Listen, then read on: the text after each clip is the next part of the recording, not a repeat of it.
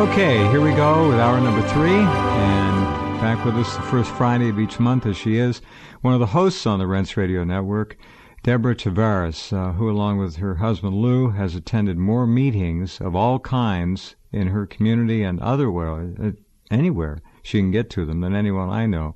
She has found out things through hardcore research that they both present on their website, and she's got a couple of them, but stopthecrime.net is the primary, and we'll see what we're going to talk about tonight. Welcome back, Deborah. How are you? Well, Jeff, thank you so much. I have quite a bit to share with all the listeners tonight as we parse through documents all through the week. However, there's a real important lesson that we missed in school. Most all of us. I certainly did. And it's worth repeating that right now, because it's the basis, it's part of the basis of understanding why politicians and policies are not making any sense. And unless we understand part of the fundamental foundation, we're really not going to be able to successfully address the problems that we recognize. And what do I mean by that? Well, again, most of us were never taught what happened March 9th of 1933. No. We did not know that the United States federal government was dissolved by the Emergency Banking Act. And sadly, the receivers of the United States bankruptcy were the international bankers, the World Bank, and the International Monetary Fund. And ever since March 9th of 1933, all United States offices, officials, and departments have been operating within a de facto status in name only under the emergency war powers. So you can go to stopthecrime.net. You can go to USA Inc., and you can take a look at many of the documents that really do underscore this. And I really have to say at this point, in honor of what James Traficant did in bringing this as an address to Congress. It really was. And this was a congressional record of March 17th of 1993 that Mr. Traficant addressed the House floor and said this. And subsequently, with trumped-up charges, he was put in federal prison where he nearly was killed for about 7 years. And he passed away in August of 2014. Yeah, they took the most powerful years, probably of his life in terms of contributions. He was just getting into the areas that require the most intense, attacks, and he was going after them. Well, that's right. So it's really important to understand that, sadly, the United States federal government was dissolved, and what replaced it was the United States Corporation. Yeah. And until we understand that, we're not going to be able to make any sense out of all these policies. And we're going to discuss some of that this evening, because only by knowing this are we able to go out into local meetings and see exactly how they're pulling this off. But I want to alert everyone, and this is not the topic for this evening, Jeff, but I want to alert everyone to a link on stopthecrime.net right underneath the banner of Stop the Crime, and it's entitled Kids for Profit and Eugenics in the School. Again, the link is called Kids for Profit and Eugenics in the School. This is Common Core. Essentially, this is Common Core. And there's a very interesting bit of information on ARK, A-R-K, out of England. Rockefeller and, of course, Rothschild-backed, along with other major bankers. ARK stands for Absolute Return on Kids. Yeah. And this is about the sexualization of our children, which is why they're scooping them up now at the age of 3. And they're calling it P through 12, preschool through 12. Uh-huh. And when you understand the MK Ultra programming, they want kids at the age of 3 because the early sexualization causes traumatization, which makes them very easy for mind control. Now, if the curriculum wasn't bad enough with all false science of global warming, teaching our kids of global warming, teaching our children of water scarcity, when we know that we have primary water, which is why we don't have a water scarcity. And I'll just add right now, everyone can go to primarywater.org and download half-page flyers, distribute them far and wide, because the documents that I'm going to talk about in a minute are largely going to outline the global effects of water scarcity. They're telling us that billions and billions of people are going to die from the effects of scarce water resources and the subsequent reduction of food. But I just wanted to finish up with the link on stopthecrime.net, Kids for Profit and Eugenics in the School, and let everyone know we have a very important letter posted there on the site from New York State school principals. And it was literally a letter, more or less, apologizing to all the parents. And it's a 2 or 3 page letter with about 80 some odd pages worth of signatures from the schools throughout New York. And here's what they said they found out after the Common Core testing. This is just a couple of paragraphs out of this letter. There were ambiguous questions that appeared throughout the exams. The tests were too long, and the testing had increased dramatically. But here's how the children reacted.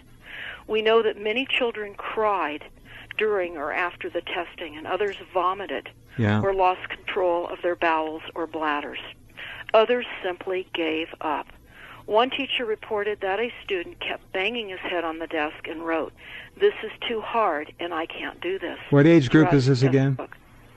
This is a letter that everyone can download. Again, it's on Kids for Profit and Eugenics in the School, and it's entitled New York State Principals. New York State high schools, middle schools, and elementary schools, and it is regarding grades 3 through 8. And it's an open letter to parents of children throughout New York State. Now, if this isn't bad enough, what parents need to understand, what is even more damaging is all of the wireless technology that the children face.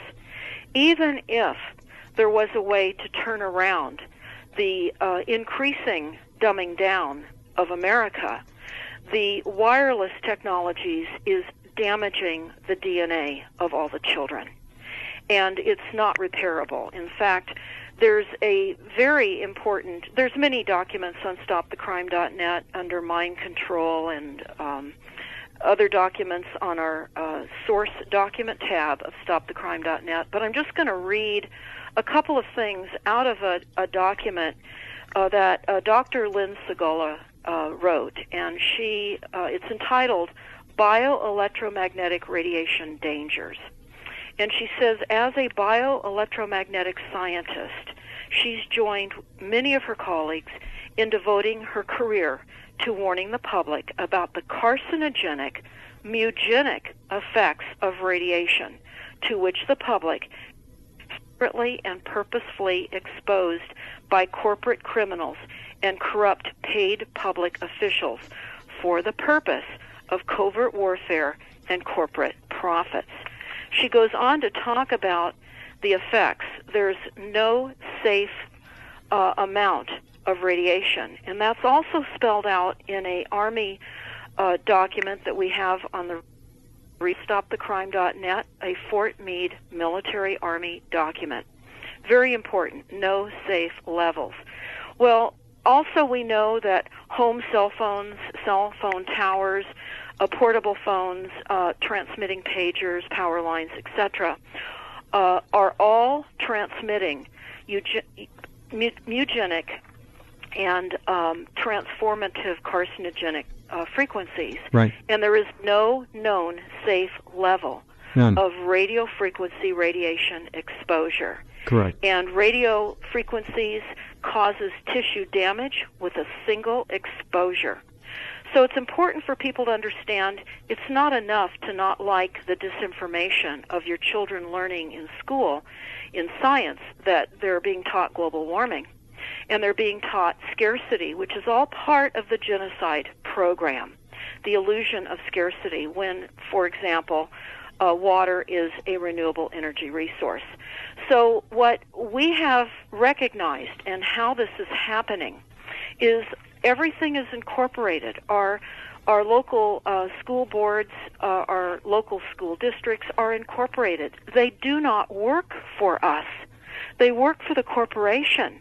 They're working under a corporate contract where it's for massive revenue. And they bring in and sign grants, sign contracts that officiate these grants, and they're impoverishing us. Every agency is signing grants. There isn't a meeting that we do not attend, Jeff, where they're not signing grants. And I'll always ask, when you say signing grants, what does that mean? Is there a ceremony where they're actually accepting money and they're signing in front of the public? Well, it's on the agendas of your city councils, your county board of supervisors, where they're signing contracts. They are filling out grant requests and submitting them. And then if they're approved, they're eligible for the grant money. And a large revenue base in all of these corporate agencies are from grants. And where do the grants primarily come from? The federal government. And when we ask the cities, where does all this grant money come from? Is it collateralized? They don't come from think tanks or private corporate covers. It's all directly from the feds primarily. Well, the feds are think tanks and private. Well, I understand, but I'm talking about the labels. How do they label them? Yeah. Well, they just call them grants, and we know that it comes from the de facto government that's run by the bankers. We know that they're printing money. We know that the federal fiat money, the Federal Reserve. Boy, I wish I could. You know, but I wish every time people talk about the bankers, they would say Zionist Bolshevik bankers, and get it right, because ultimately at the top, that's the eye on top of the pyramid. Your local banker doesn't have a clue, believe me, not a clue. Anyway, forgive the interruption. What we have found, Jeff, and what is so important for everyone to realize is certainly I have grandchildren, and I've gone to the schools, to the school board meetings. I've attended many parents and grandparents that are opposing the Common Core curriculum.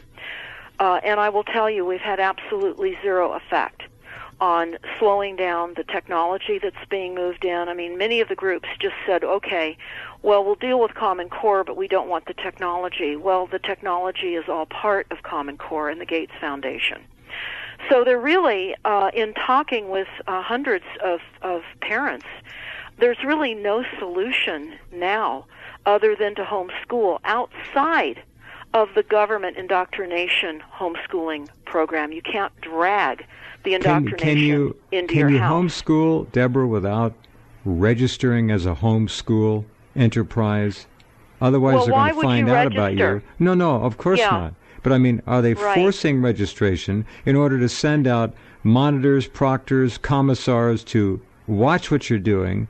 Because they want to grade all these children and make sure they're, at least if they're not in the process, they're followable. Well, I can tell you that as of this moment, there are large homeschooling networks, and for the moment, the assaults are not on them. But they should have nothing to do with any organized governmental agency. Nothing. Absolutely. And many of them obviously do not. That's the reason for making that decision. We need, of course, to sequester retired grandparents and retired school teachers into this network that we can actually teach the children some truth. And that we first have to teach them how government really works. That's one of the important foundations that has to be taught to the children. But I wanted to talk about a document that we'll go over on the program from time to time because it's an enormous document. It really does lay out education, the future reduction of humans in the workplace as a result of increased robotics, and the increased tension and chaos that the transition from human labor, manual labor, to machinery is going to create. And when you go to stopthecrime.net, right underneath the banner of Stop the Crime, you'll see a number of links. And the link that I'm going to be talking about this evening is called Global Strategic War Plans. Global Strategic War Plans. And I'm going to start out with the educational aspect of that document. But before I do, Jeff, we've talked before about the NASA war document that we've had on our website for quite some time. And I think it's important for people to look at that NASA war plan and then look at this global strategic war plan and understand. Sure. These are think tanks that are advancing the future for us to see in advance so that we can make different decisions and understand what is happening. And for example, in the NASA war plan, they tell us that there's going to be chaos and upheaval as a result of the massive computerization that's coming into our lives. And they talk about impacts of ongoing IT revolution upon society and how everything will become telecommuting, teleeducation, telemedicine, telecommerce, everything. And then they talk about how they're going to have better humans and there will be better human capabilities. Ah, well, I hope so. Let me speak right out and say, I hope so. Right. And they also talk in the NASA war plan, for example, on page 24. It's where it's right on the front page. But you can find it anywhere. Just Google search it if you need to. NASA war plan. Right, NASA War Plan, and it's on the homepage of stopthecrime.net. When we found this, it was entitled, and the real name is Future Strategic Issues, Future Warfare, circa 2025. And this was a PowerPoint presented a few months before 9/11 by Dennis Bushnell, who's the chief NASA scientist at the NASA Langley Research Center. But go to stopthecrime.net, take a look at this because it talks about the demise of the U.S. underclasses. It talks about how they need to stabilize the world population, aka depopulation. And then they talk about web-based learning on page 26. They say by 2025, 40% of the public and 15% of the public colleges and universities are expected to close due to web-based competition. And they go on to say how there will be ultimately, the ultimate education approach is going to be plug and play. In other words, direct silicon or other such devices connecting to the brain. Very rapid uploads, education in minutes instead of many years. Well, they had I had a story today where now they're kind of bragging that humans now have the ability to upload their brains to a computer, a machine. Well, yes, that's absolutely true, actually. And that is what this Global Strategic War Plan we'll talk about as well here. I wanted to, first of all, say what is happening in every corporate meeting across the country and internationally is the Delphi technique. It's extremely important for everyone to understand that came via the Tavistock Institute. It's a mind control program of orchestrating all meetings. And the RAND Corporation has furthered the Delphi, D-E-L-P-H-I, format of meetings, and I'm going to describe what that looks like. It is, first of all, important to understand these are criminal networks of bullying and marginalizing people at meetings. They're trained.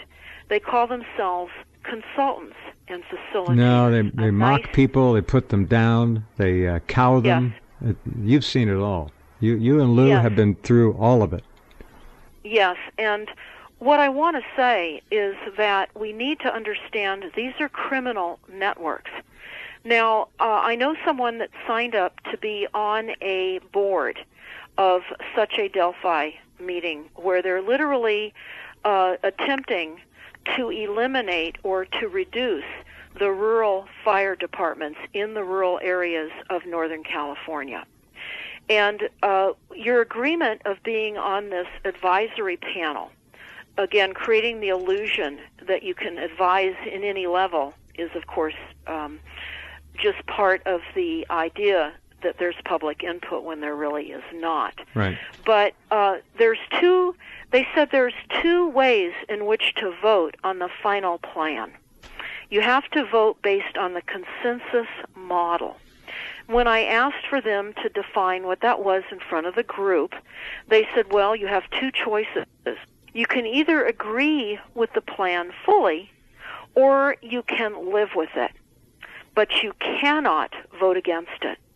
And if you feel like you can't support it by you can live with it, well, then the group is going to work on you and get you to come into a consensus. Yeah, sure. It's bullying. Yeah. So when I said, Jeff, the Delphi program that's going across the country in every meeting, we're talking school boards, city councils, county board of supervisors, all of which are incorporated. These are nothing but criminal networks of manipulation. And conformity and abuse and ultimately subtle terrorism. That's exactly right. And people are not realizing that this is the plan, the technique, and they're very successful. And our children are going to be terrorized and abused in this corporate system. Now, I'm going to go over part of the program in the strategic war plan about education, because I think it's extremely important. Again, I face growing concerns of needing, of course, to see more children be homeschooled. I think more and more we're hearing more parents deciding that that's what we have to do. We can work, of course, on changing things, but we cannot leave our children in harm's way with radiation and with disinformation while we're working on trying to fix the problem. So we would not leave a child in the arms of a provider if that provider was a known pedophile until we were able to arrest the pedophile. We would extract that child and put that child into safety until we have a safe place for our children to be. And right now, we do not. Now, I hear a break coming up, Jeff. This is I'm going to... Yeah. Go ahead. We'll take a little break. And what are you going to do right afterward? Well, I want to talk about education that is set forth in this global strategic war plan. Yeah. Because it's absolutely incredible. And I'm going to actually read this. Do I have a moment? Yeah. Okay. This is the bottom line of education. Machines, jobs, and education. Machines will take over many jobs from people with developments in artificial intelligence, ultimately meaning that education will focus on those few areas of human thought and activity that machines are unable to deliver efficiently. This means that education will play an important role in enhancing people's ability to develop new ideas with other people and to take responsibility, all things that are difficult to envision machines doing. So far. So this document... Let me duck the rest of this break in real quick and we'll come right back. Those are really important words. It's all there, folks. It's all there. They're not hiding it. They're putting it out there. AI is extremely dangerous and ultimately is going to cause a crisis of our so-called sentient dominant species on this planet. Be right back.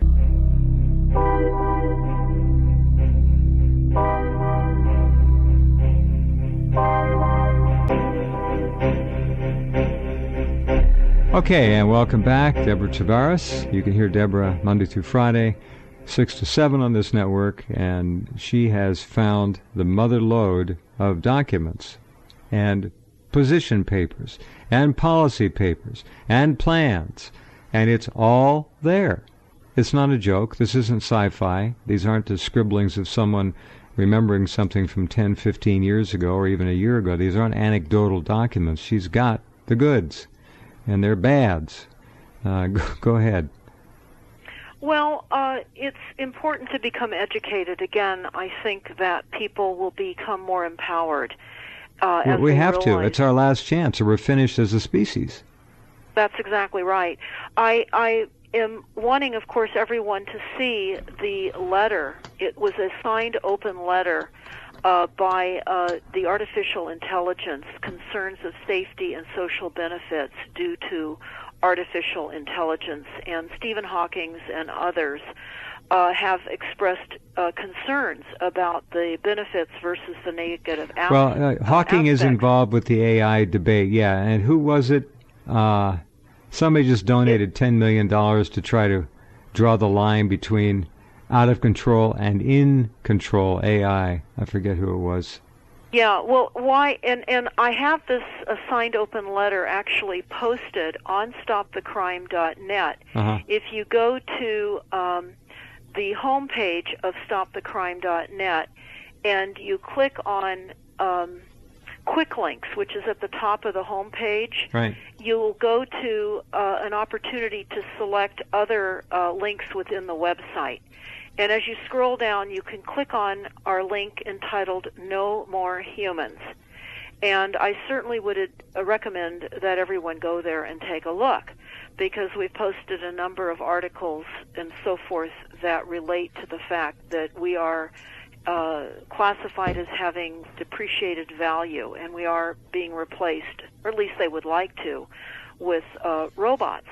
But getting back to this document that we're talking about right now, again, Global Strategic War Plans, I wanted to just say a few more things about education, and then we're going to get into some other aspects of this plan. Okay. But it talks about the global education marketplace. Everything is a market. That's what the corporate structure is. It's a market for revenue and profits.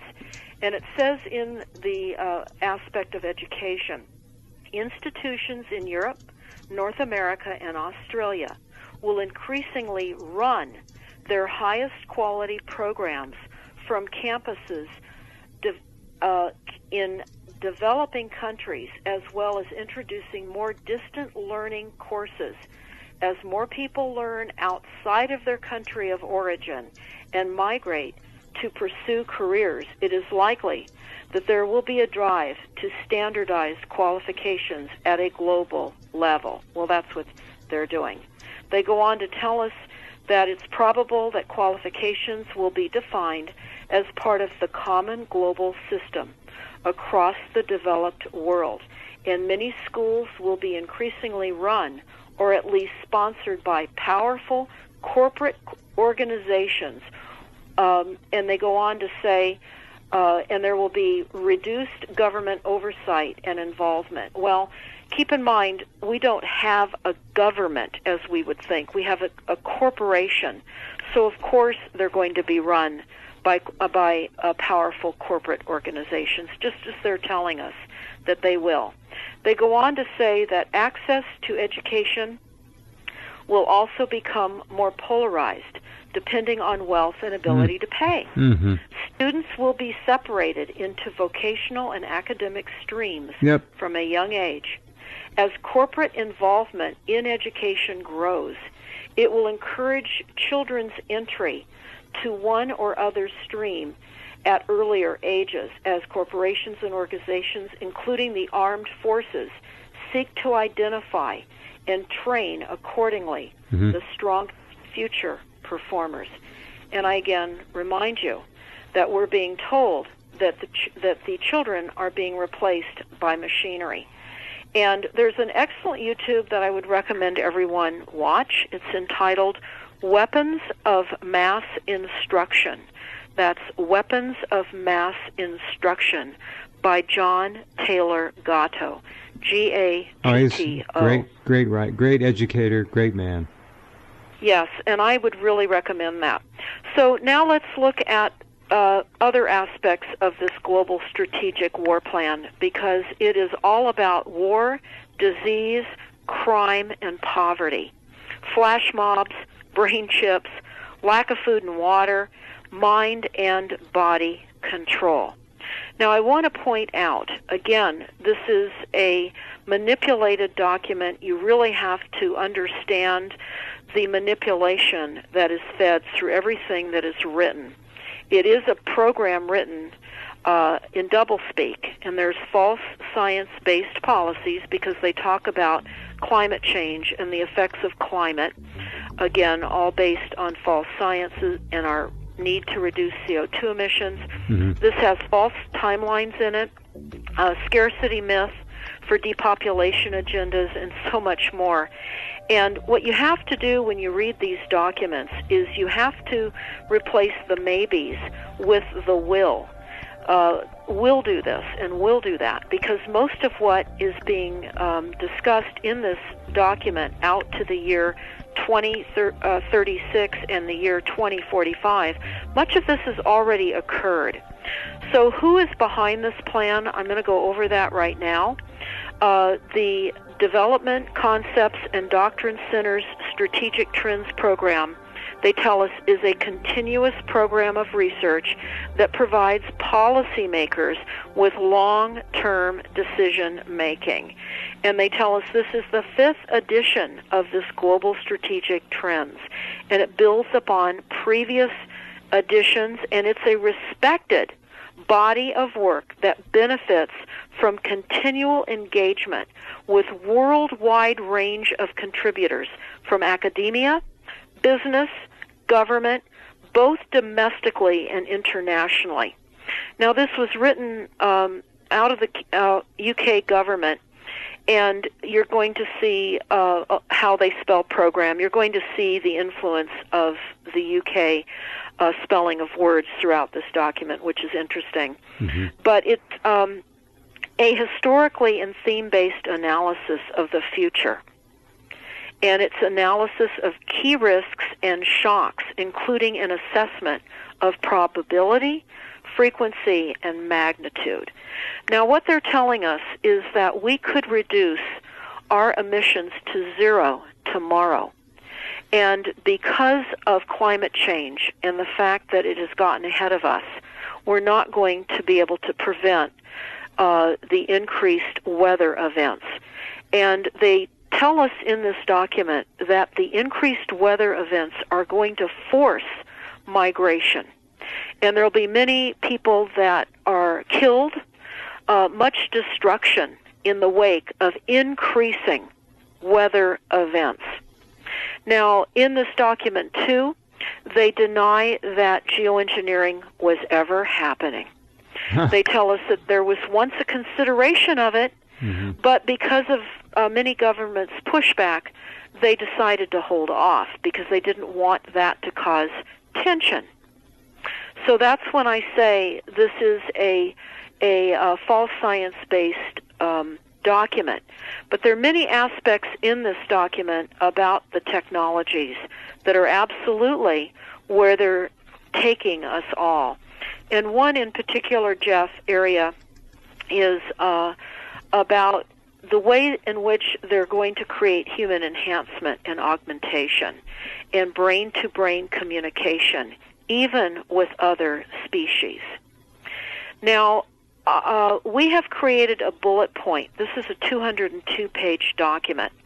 So when you go to stopthecrime.net and you click on Global Strategic War Plans, what you'll see first is the bullet point that we have put together to give you an outline quickly.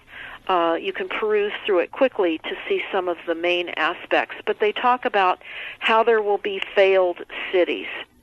There will be increasing devices collecting data, and that will intensify levels of surveillance. And they talk about how there won't be any hiding because they'll be able. That's gone now. Yeah. Well, they underscore that. I mean, you're reading that in this document, mm-hmm. and they again talk about how humans will be embedded with sensors and computing devices will occur. Well, that's already occurred. Now, I want to say something, just briefly. I have never bought into the idea that the masses would be somehow anesthetized and injected with a chip like the size of a grain of rice or whatever. I think the science is going to be far more sophisticated than that, and it'll be down to the nano level, and people will either drink it, eat it, or inhale it, and it'll take up residence wherever it needs to in the body. Well, I can tell you that, again, there's redundant systems. We know of many biomedical devices that have been removed from people. True. In fact, just a week ago, there was a man by the name of Kane that had a number of biomedical devices removed from his body out of UCLA. Yeah, but we don't have them. That's the problem. We need those. We need those devices to see them, to put them up on the internet, but we don't. Yeah, have them. They're on the internet. It's part of what is posted in this breaking news story about these removals. Okay, we do have pictures. I didn't know this. Oh, absolutely, yes. And I did a program, Jeff, on my show at 6 p.m. on the Rinse Radio Network that is up on YouTube, and it is entitled Mind Control, Wires in the Brain. Oh, yeah. Mind Control, Wires in the Brain. It's up on YouTube. Yeah, I posted that. And we talk about the Dave Larson report. Mm-hmm. And Dave Larson has a report. He has the photographs of his biomedical device removals next to the patents and the actual devices before they grew tissue around them in his body. Now, there have been a number of people that have had removals, and there's an excellent YouTube that is part of the Rinse Network program that we did put up again on YouTube called Mind Control, Wires in the Brain, and we feature a man by the name of William Powelek, and the fact that he was part of government, black aspects of government when they were creating these implants, and he was very worried. In fact, he told everyone that they were not to release his explanation and his whistleblowing account of what he witnessed until after his death. And he died in 2007. And so everyone can go to Mind Control, Wires in the Brain. It will lead you to those documents where you can see the actual biomedical devices that were removed. It's quite amazing. And that's another conversation in and of itself. But it talks about that in this document, in the Global Strategic War Plans. And that's important to understand. They also talk in this document how there will be, of course, as I mentioned, brain-to-brain interfacing, even with other species. Mm-hmm. And specifically, they talk about external and internal electromechanical devices that will enhance human physical performances. Super soldiers. And they tell us, I'm sorry? Super soldiers. Absolutely, absolutely. And they talk about how this, it will be possible for people to radically alter their identities by using a range of physical and cognitive enhancements. And they talk about new technologies that will be able to extend our visual sense beyond the range of visible light into other parts of the spectrum. In other words, what, see auras around people, that kind of thing? Well, I can only say what they're saying here, and I'll just repeat that because this is rather fascinating. Yeah, it is. New technologies will be able to extend our visible sense beyond the range of visible light into other parts of the spectrum. They go on to say that implants designed to help restore sight provide an early indication of what will be achieved in allowing us to see otherwise non-visible radiation. Goes on, our hearing will be significantly enhanced. Hearing aids are currently being developed that can choose and boost frequencies of interest, which will enhance the ability to detect and understand speech in noisy environments. They go on understanding how the brain can disseminate between individual smells and a mix of odors found in a typical room will provide the basis for developing future technology that will enhance our sense of smell, and how even our tongue would be used as a novel pathway to conduct a range of sensory information to the brain from external sensors such as cameras or sonar. Now, this is a little heavy for most people. This is just one aspect of this document. Other aspects of this document discuss the intended number of mega cities, of which they're indicating that there will be about 280 mega cities globally, and that these mega cities will cross over existing borders, and they could consume Holland, Belgium, etc. And these mega cities will come with it massive increases of chaos and violence and increased levels of diseases.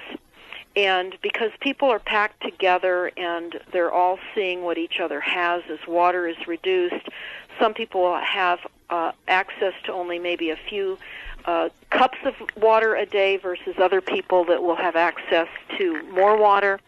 Again, much of this is based on the idea of scarcity, and that's why I underscore everyone understanding as quickly as possible that we have primary water. So that can be part of the scarcity that we're not going to be tricked into believing by going to primarywater.org and again listening to the YouTubes, Water Crisis Hoax and Primary Water Explained. Because what's so important about understanding the reality of water is in this document, Jeff, it tells us that water will reduce agriculture, that our agricultural practices have used too much water.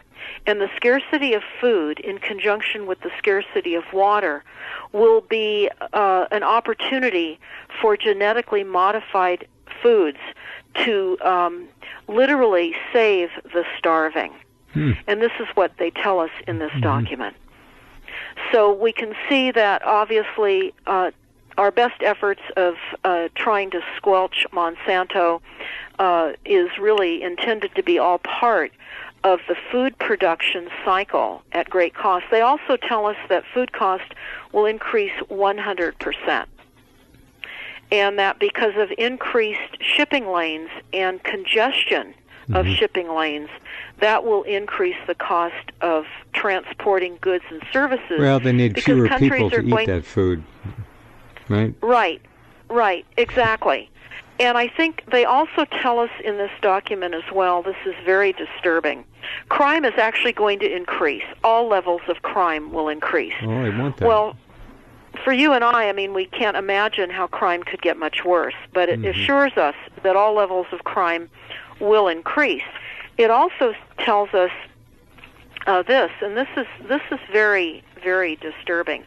Sexual violence will continue to be a feature of conflict and state violence and used as a weapon of war, and it has the potential to be a significant factor in instability. And they go on to tell us how we will have a greater reliance on automated technologies, and they will provide a scope for terrorists and criminals to disrupt the transport system through cyber attacks. Failing cities will pose major security challenges. There will be massive social unrest and even insurgencies. Country-wide repercussions with these mega cities and the social unrest, and how people living in the urban areas will get used to the armed forces that will need to operate within the urban environments. Now, they talk about these mega cities and how we're desiring to live into these cities. It's most important, and we've discussed this on prior shows, and I'm going to certainly let everyone know right now, we're being forced, obviously, off of what they consider unsustainable sprawl locations in the United States and globally. And this is, again, all part of a very seamless, redundant system called reducing greenhouse gas emissions. And your incorporated de facto local governments and counties have already likely initiated plans to define where you live as being unsustainable. And this is all the types of policies based on fraudulent science that our children, of course, are learning in school. But you can type in the name of your city followed by policies to reduce greenhouse gas emissions, and you will discover that your city has signed you on to reducing greenhouse gas emissions. Very thoughtful but of them. That's of course all false. That's not real. It's a virtual reality of make-believe. So what does it really mean? They're creating a new market of retrofitting. And what we discovered, Jeff, is every single structure, not only in the United States but globally, is not going to be compliant with these new green energy requirements.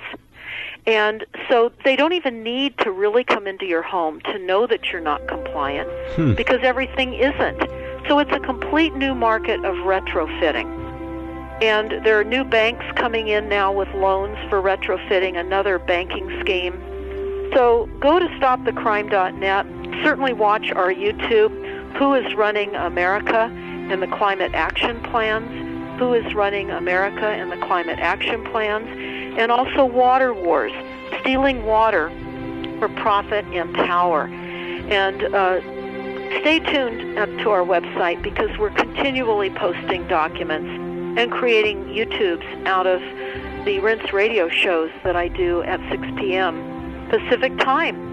And Jeff, I really want to thank you for having me on the program this evening. Oh, you're welcome. Thank you for bringing all that forward, and I just am amazed at the amount of material you and Lou have uncovered. Documentation, not hearsay, real stuff. Yes, that's correct. And we just need to understand we've been enslaved by lack of knowledge.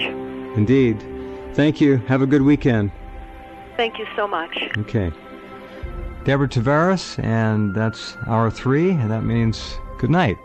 And my best wishes to all of you for the weekend. We'll be back Sunday night. Of course, the Rinse Radio Network at rinseradio.com has hosts and programs for you 24/7. Hope you'll stop in and take a listen, and we'll be back soon.